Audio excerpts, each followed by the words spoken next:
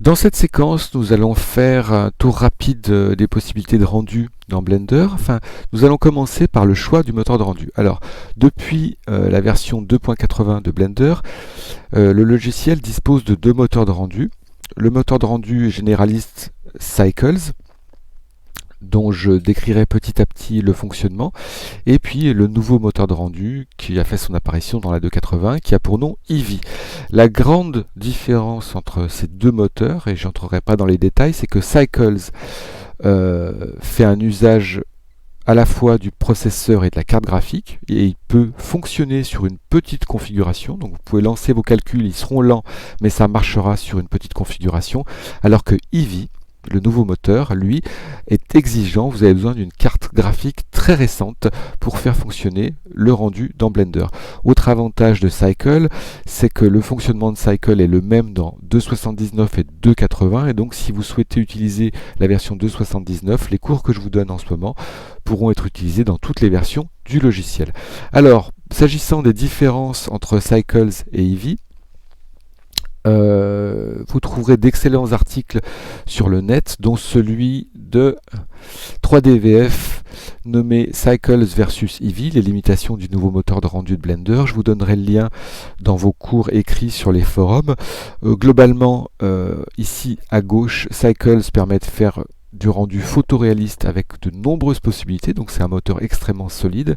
Et Eevee, ici à droite, lui permet de faire du rendu en temps réel, encore une fois si on a la bonne carte graphique. Par contre, on a quelques limitations, puisque certains calculs seront difficiles, ou voire même impossibles. Donc dans tous les cours qui vont suivre, nous allons utiliser Cycle, parce qu'il est en fait beaucoup plus simple à mettre en œuvre, beaucoup plus précis, et beaucoup plus facile d'accès sur des petites configurations. Donc voilà. Donc je vais maintenant retourner dans Blender. Choix du moteur de rendu, c'est très simple. Je vais aller ici dans mon Workspace Context. Donc c'est tous les éléments du rendu. On les détaillera petit à petit dans nos différents cours. Et je vais ici aller choisir non pas Eevee, parce que c'est Eevee qui est activé par défaut, mais Cycles. Donc je clique sur Cycles. Vous voyez, l'interface a légèrement changé, puisque quand vous changez de moteur de rendu, vous changez différentes options. Ils ont un comportement et des options qui sont différents. Vous le voyez ici, Render Engine, j'ai donc Cycles. Blender me demande quel est le device, donc quelle partie de ma machine sera utilisée pour faire le calcul. Je vais laisser ici CPU, parce que je sais que certains d'entre vous ont donc CPU, effectivement, c'est le processeur de la machine, et je peux demander à Blender qu'il utilise le GPU de la carte, donc Graphical Processor Unit de la carte, qui est, par exemple sur la mienne, bien supérieur en termes de calcul au processeur de la machine, puisque vous allez pouvoir des fois diviser votre temps de calcul par 12, 50 selon votre carte. Le calcul se fera plus rapidement. Je vais laisser ici CPU, pour qu'on soit tous à égalité, je le dis un peu en plaisantant. Le calcul sera un peu plus long, mais c'est jouable.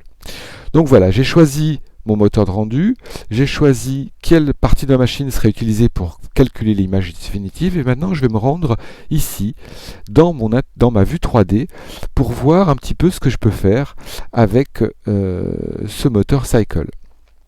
Alors avant qu'on aille plus loin, quelques options qu'on n'a pas encore évoquées dans la vue 3D, c'est celle-ci. Voilà, c'est ces quatre petites icônes qui permettent de changer le mode de visualisation de la vue 3D en cours. Donc ce mode de visualisation sera indépendant pour chaque vue, puisque voilà, on va le voir tout de suite. J'ai ici une vue 3D générale, donc ma mise en scène, et une vue 3D ici caméra. Alors, ces quatre petites options, je vais donc les passer en revue et les décrire. Si je clique sur la première icône, j'ai une vue filaire, donc une vue classique. Alors je pourrais le faire aussi ici à gauche. Donc vue filaire, extrêmement facile pour la carte graphique à gérer, puisque en fait on affiche une vue en fil de fer. Il y a peu de travail pour le processeur graphique. Je peux basculer ici à une vue dite solide. Et donc pour l'instant, le moteur de rendu n'est pas mis à contribution, il s'agit juste ici de votre carte graphique avec des options d'affichage tout à fait classiques. Et ensuite j'ai deux icônes ici qui vont mettre à contribution le moteur de rendu. La première, Blender vous le dit ici, Viewport Shading, Display Mode, je suis en Look Dev, donc ça me permet d'avoir ici une prévisualisation, on va dire, des matériaux. de l'éclairage. Il s'agit bien d'une prévisualisation qui est calculée par Cycle. Donc ici, si je retourne dans ma scène, voilà, à gauche, et que je choisis ma lampe, que je la sélectionne et que je la manipule, alors je vais rebasculer ici, voilà, en transformation globale. Si je la manipule ici, je vais pouvoir commencer à travailler de façon un petit peu plus précise. Mais ce qui m'intéresse ici, c'est pas une prévisualisation. Je veux activer la dernière icône Viewport Shading. Vous le voyez en dessous, Blender me dit Display Mode Render. On le voit dans le petit pop-up. Si je clique dessus, Blender va passer automatiquement dans cette vue à un calcul interactif et extrêmement précis, voilà, de l'éclairage de ma scène. Donc vous le voyez ici, dans ma vue de gauche, je déplace ma lampe. Et dans ma vue de droite, Blender effectue un calcul, ce qui peut figer l'interface. Il faut le savoir si le calcul est complexe pour Blender. Donc voilà, c'est une première approche du rendu sous Blender. Ça peut être assez ludique. Pour l'instant, on ne maîtrise pas encore tous les paramètres parce que je n'ai pas fait le tour de ce qu'il y avait à savoir. Mais vous le voyez déjà, si vous déplacez votre lampe, voilà, vous pouvez déjà changer l'éclairage de la scène.